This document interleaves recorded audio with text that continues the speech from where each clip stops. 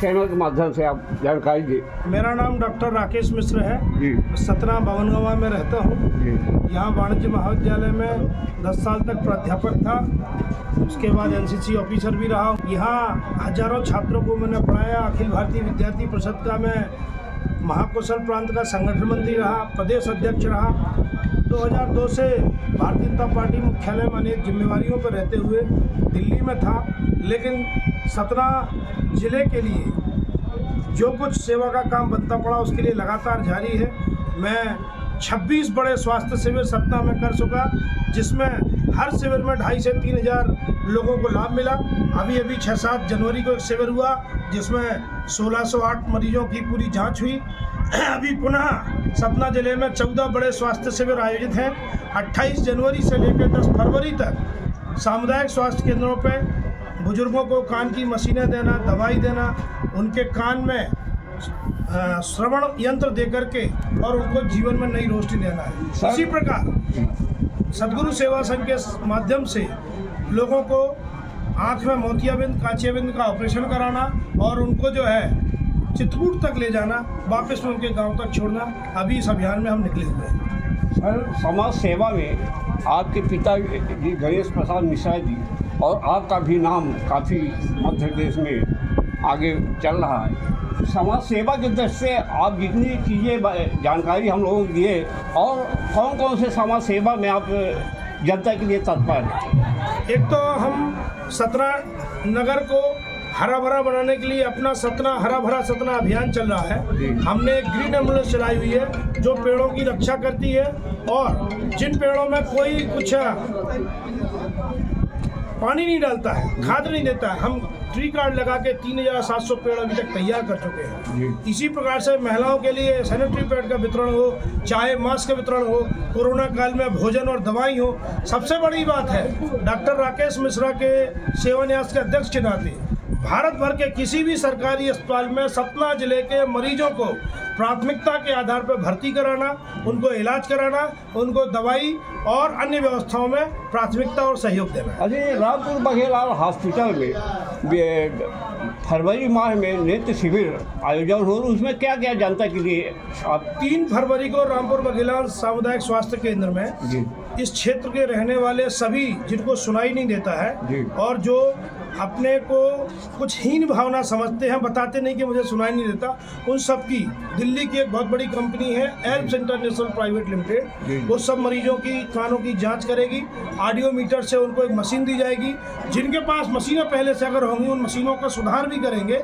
दिल्ली से डॉक्टरों की एक बहुत बड़ी टीम आने वाली है जो पूरे 14 दिन तक 14 स्थानों पर काम करेगा। उसी के तहत 3 तारीख को रामपुर में कान की इलाज की व्यवस्था हो गई। इसी प्रकार से आँखों के इलाज के लिए भी हमने जो है व्यवस्था की है, और आँखों के ऑपरेशन, दवाई और निःशुल्क चश्मा हमारी संस्था के द्वारा दिए जाने वाले हैं। इस पावन धरा में सर आज आप यहाँ उपस्थित हुए हैं, यहाँ पे कोई विशेष कार्यक्रम भी आपके द्वारा आज यहाँ किया जा रहा है? मुझे तो लग रहा है कि आज मैंने जब सुना कि यहाँ एक श्रवण महाराज ने दशरथ जी के तीर से घायल होकर के, और 2 पहाड़ हैं अंधा अंधी जिसको देसी भाषा में कहते हैं, आज भी प्रत्यक्ष है। आज भी प्रत्यक्ष में देख के मैं अपने आप को गौरवान्वित महसूस करता हूँ। और मुझे लगता है कि सतना जिले के लोगों का इस पर कैसे ध्यान नहीं गया।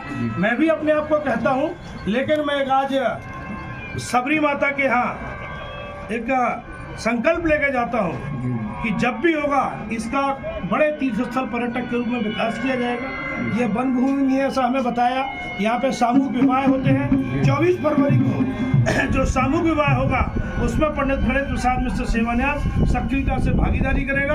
सभी आदिवासी समुदाय हमारे प्रधानमंत्री श्री नरेंद्र मोदी की भावना के अनुरूप प्रथम पंक्ति में आके खड़े हों, उसके लिए हमसे जो बनेगा हम जरूर करेंगे। सर, एक सबसे बड़ा प्रश्न आज ये है कि 22 जनवरी देश में भगवान राम का इतना बड़ा भव्य आयोजन होने जा रहा है, प्राण प्रतिष्ठा।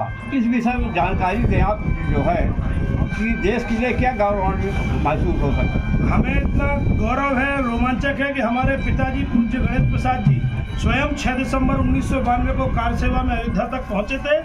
और जब एक धक्का और दो बाबरी मस्जिद तोड़ दो, तो वहाँ से धक्का देके 2 ईंटें उठा के लेके आए थे। खुद का उनका बैग चला गया, ट्रेन में छूट गया, लेकिन उन्होंने ईंटें नहीं छोड़ी, आज भी मेरे घर में विद्यमान है। मेरे कहने का तात्पर्य है कि हर भारतवासी रोमांचित है, क्योंकि प्रभु राम 500 वर्षों की लड़ाई और गुलामी के कालखंड में इस देश की आज़ादी में भी एक राजनीतिक पार्टी ने टेंट में बंद करके रखा था। ये तो प्रधानमंत्री नरेंद्र मोदी जी के विशेष रुचि के कारण आज वो दिन आया है। हम घर घर दीपावली मनाएंगे।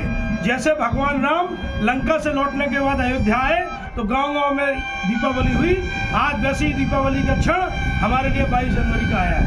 तो सर एक प्रश्न ये आ रहा है कि साधु संत का देश है, तो प्राण प्रतिष्ठा साधु संतों के द्वारा होना चाहिए कि एक प्रधानमंत्री के द्वारा होना चाहिए, इतने बड़े भगवान के इस विषय में मैं केवल इतना कहना चाहता हूँ कि जब राम जन्मभूमि मंदिर की शिलान्यास हुआ तो एक डोम परिवार ने उसका शिलान्यास किया था और उन्होंने नींव रखी थी। तो हमारे देश की विशेषता है कि प्रभु राम का मंदिर सबकी आस्था का केंद्र है, तो उसमें कौन मंदिर में प्राण प्रतिष्ठा कराए?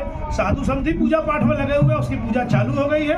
और मुझे लगता है कि इस देश में प्रधानमंत्री श्री नरेंद्र मोदी जी ने मंदिर का मार्ग सुनिश्चित करने के लिए जो जो अपनाए हैं, इसलिए उस नाते वो भी एक अतिथि के रूप में, ये हर जन मन का मंदिर है और इस जन मन के मंदिर में सभी को आगे बढ़ के आना चाहिए। जिस समय 1990 में अपने चित्रकूट में ही परिंदा पर नहीं मार सकता था, वो बैरिकेड लगे थे, तब मैं यहाँ पे संगठन मंत्री था। हम दक्षिण भारत से आने वाले लोगों को खेतों के रास्ते से अयोध्या तक लेके गए और वहाँ पे हम लोगों ने लाठी डंडे और गोलियाँ भी लोगों ने खाई और 18 बंधु शहीद भी हुए। अंतिम प्रश्न मेरा ये है, वर्तमान समय में लोकसभा चुनाव आने वाले हैं, उसमें आपका क्या रोल रहेगा सत्ता जी के? पूरे देश में श्रीमान नरेंद्र मोदी जी के नेतृत्व में जो विजय यात्रा चली है, अगर आपको ही टिकट दी जाती है, जनता के लिए आप और जानकारी दें। अगर मुझे पार्टी चुनती है तो आप सबके सहयोग से मैं भी प्रधानमंत्री के निर्देश में विकास की योजनाओं को लेके विकसित भारत बनाने के संकल्प में आगे चलूँगा और 17 जिला भारत में नंबर 1 का जिला बने, इसलिए जो भी संभव होगा वो सब करेंगे। चलिए, बहुत बहुत धन्यवाद।